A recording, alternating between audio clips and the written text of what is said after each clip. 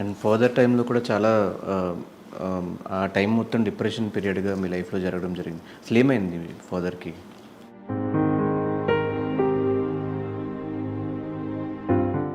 ఎవరికి తెలియదు ధనుష్ బాధ. ఏమైనా అంటే అమ్మాయిని కమెంట్ చేసేస్తారు, ఏమైనా అంటే ఈజీగా కారు ఉంది కదా మీకు, ఏదో ఏదో గోల్డెన్ స్పూన్లో పెరిగినట్టు ఫీల్ అయిపోతుంటారు అందరూ. లేదు, ఇప్పుడు ఒక కంఫర్ట్ కోరుకోవడం ఏంటంటే, ఇప్పుడు ఎవరైనా కానీ మా బంధువులైనా అవ్వచ్చు, రిలేటివ్స్ అయినా అవ్వచ్చు, ఎక్కువ సంపాదించేస్తుంది నువ్వు అన్నట్లు లక్షలు లక్షలు ఇయర్కి నెలకి లక్షలు ఏమి రాద్దను అలాగా. అంత లక్షలే వచ్చి నింటే ఇప్పటికీ అమెరికాకు తీసుకెళ్లి మా డాడీని ఇంకేందో ట్రీట్మెంట్ చేయించి ఉండేదాన్నేమో నేను. అంత లేదు, రెంట్ హౌస్ లో ఉండాల్సిన అవసరం లేదు, రెంట్ హౌస్ లో ఉండాల్సిన అవసరం లేదు. లిటరలీ ఏమనుకున్నారు తెలుసా, యాక్చువల్గా మా అమ్మ రిటైర్డ్ అయిపోయిన తర్వాత నాకు చిన్నప్పటి నుంచి ఇష్టం, మమ్మీ వాళ్ళతోనే పెరిగి నాకు చాలా అలవాటు. ఇలాగా ఫ్రెండ్స్తో ఉండడం కన్నా నాకు ఫ్యామిలీతో ఉండడం చాలా ఇష్టం. కానీ నాకు అవకాశం దొరకలేదు, నా ఊర్లో ఉన్నాను నాకు. సో బయటకు వచ్చి చదువుకుంటేనే, బయటకు వచ్చి సంపాదిస్తేనే మనకి ఇంకొంచెం 10 రూపాయలు ఎక్స్ట్రా వస్తాయి.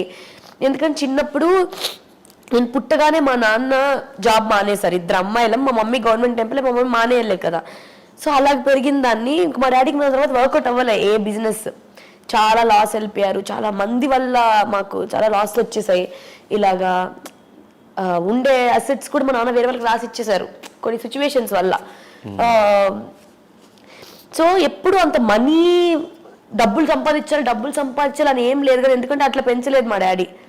ఇట్లా గౌరవంగా పెరగాలి, మనకి నచ్చింది చెయ్యాలి, మనకి ఎవరికి మన వల్ల ఎవరికి ఇబ్బంది రాకూడదు, మన వల్ల మనం ఒకరి వల్ల ఇబ్బంది పడకూడదు. దేవుడు ఉన్నాడు, హీ ఆల్వేస్ సేస్ దట్ దేవుడు ఉన్నాడు, ఆరోగ్యమే మహాభాగ్యం. అది కూడా ఆయన ఎప్పుడు చెప్పేవాళ్ళు నవ్వుతూనే. చిన్నప్పటి నుంచి మా నాన్న నన్ను అరిచిన సిచ్యువేషన్ కూడా నాకు, అంటే ఒక డాడీ వాళ్ళు కోప్పడితే ఎలా ఉంటుంది కూడా నాకు తెలీదు. ఇప్పుడు ఎవరన్నా ఒక మనిషి అబ్బాయి నా మీద కోప్పడితే కూడా అది నాకు కొత్తగా, అంటే ఇట్లవి నాకు చాలా పెద్దగా అనిపిస్తుంది. నాకు అసలు తెలియదు నాకు ఎప్పుడు. మమ్మీ మనం కొట్టేది కానీ అది వేరే విషయం, బట్ డాడీ విషయంలో తెలియదు. అండ్ డాడీ ఏంటంటే, నేను 7th క్లాస్లో ఉండేదాకా నాకు స్కూల్కి వచ్చి అన్నం తినిపించేవాళ్ళు.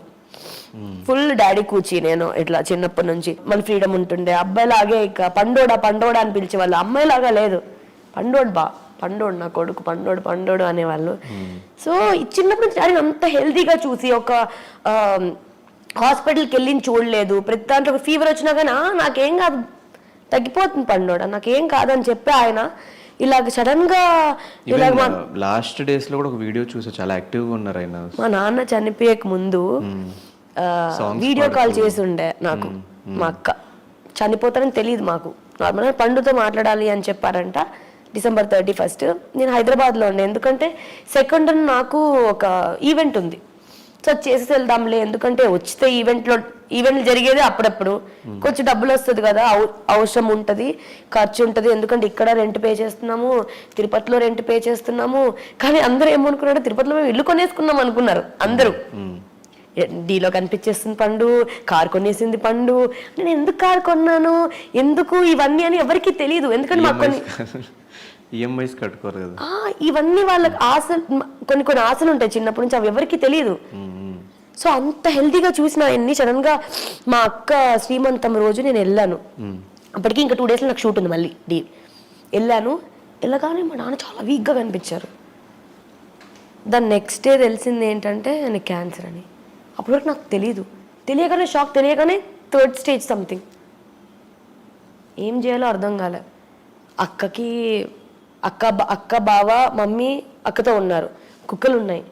కుక్కలు కూడా మాకేంటంటే ఇంట్లో మనిషిలాగే. సో వాటిని వదిలేసి వేరే వాళ్ళు వదిలేసి మేము రాలేము.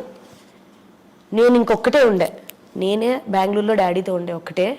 లిటరలీ చేతులు ఎత్తేసారండి, ఏం చేయలేమని. నాకు ఏం చేయాలి, ఐ వాజ్ హోప్లెస్. మా నాన్నకేం చెప్పాలి, మమ్మీకేం చెప్పాలి, అక్కకేం చెప్పాలి, ఎందుకంటే ద వెరీ సెన్సిటివ్. ఇప్పుడు మమ్మీకి తెలిసిన, మమ్మీ కూడా ఓల్డే కదా, ఆమె ఎలా రియాక్ట్ అవుతారు, ఎలా తీసేసుకుంటారో నాకు తెలీదు. అక్క అప్పుడే బాబు పుట్టాడు, తనకి చాలా, అంటే అంత డీప్ తీసుకోలేరు వాళ్ళు. ఆ టైంలో మా కజిన్స్ వాళ్ళే నాతో ఉండే. వాళ్ళు లేకపోయింటే మాత్రం ఐ డోంట్ నో. లిటరలీ మా నాన్నకి రేపు సర్జరీ అన్నారు, 100% గ్యారంటీ ఇవ్వలేదు. నేను సైన్ చేసి వచ్చాను, ఈ సర్జరీ చేయడం వల్ల ఈ లాస్ ఉంటుంది అని చెప్పారు. I sign it, I took all the guilty on, నేను నా విషయంలో తీసుకున్నాను.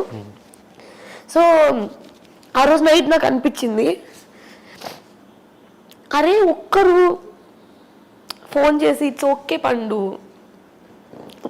Everything will be all right, ఏం కాదు, డాడీకి బాగానే ఉంటుంది. I didn't get any single call. Friends అంటున్నారు, ఫ్రెండ్స్ దగ్గర నుంచి, కజిన్స్ తప్ప బంధువుల దగ్గర నుంచి కూడా నాకేం రాలేదు. ఐ డోంట్ నో, అంటే అందరికీ సిచ్యువేషన్స్ ఉండొచ్చు, అందరికీ బాధలు అన్నీ ఉండొచ్చు, కానీ దట్ అంటే ఆ సిచ్యువేషన్ ఎవరికి రాకూడదని నాకు అనిపించింది. బట్ నా కజిన్స్ ఉన్నారు కాబట్టి thankfully they were there. But literally నిద్ర పట్టలేదు నాకు నైట్ అంతా. నేను నా కజిన్స్తో ఏడుస్తున్నా, నాకు ఎట్లా కాల్ చేయరు, ఇన్ని ఇయర్స్గా తెలుసు కదా, ఇంత క్లోజ్ కదా, ఎందుకు అని.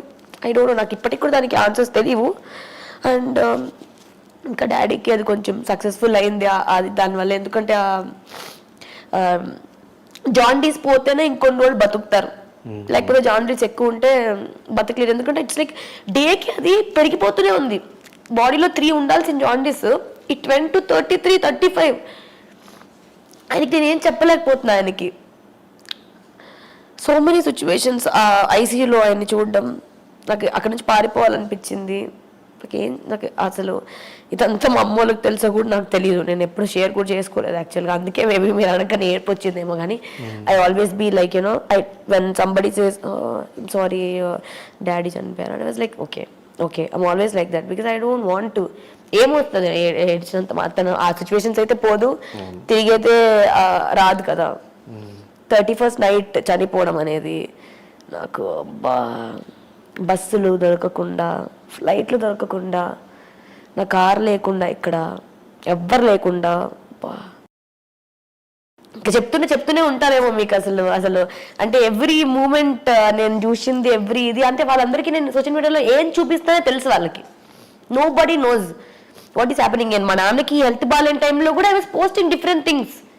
నా ఫొటోస్ పోస్ట్ చేస్తున్నాను, నా వీడియోస్ పోస్ట్ చేస్తున్నాను, రోజు ఇది పోస్ట్ చేస్తున్నాను. But that is not the truth కదండి. సో సోషల్ మీడియా, ఇన్స్టాగ్రామర్ అనేది ఏంటి, you should entertain your fans. నా డిప్రెషన్ని వాళ్ళ మీద పెట్టకూడదు. నేను దాన్ని ఏమంటారు, ఎప్పుడు హ్యాపీగానే చూపించాలని అనుకోను, కానీ I always want that you should spread positivity అనేదే నా ఫీలింగ్. అంతే. అంటే చెప్పినంత మాత్రాన ఏం మారిపోవు, ఏమి అటు ఇటు అయిపోయి మిరాకిల్స్ అయితే జరిగిపోవు కదా.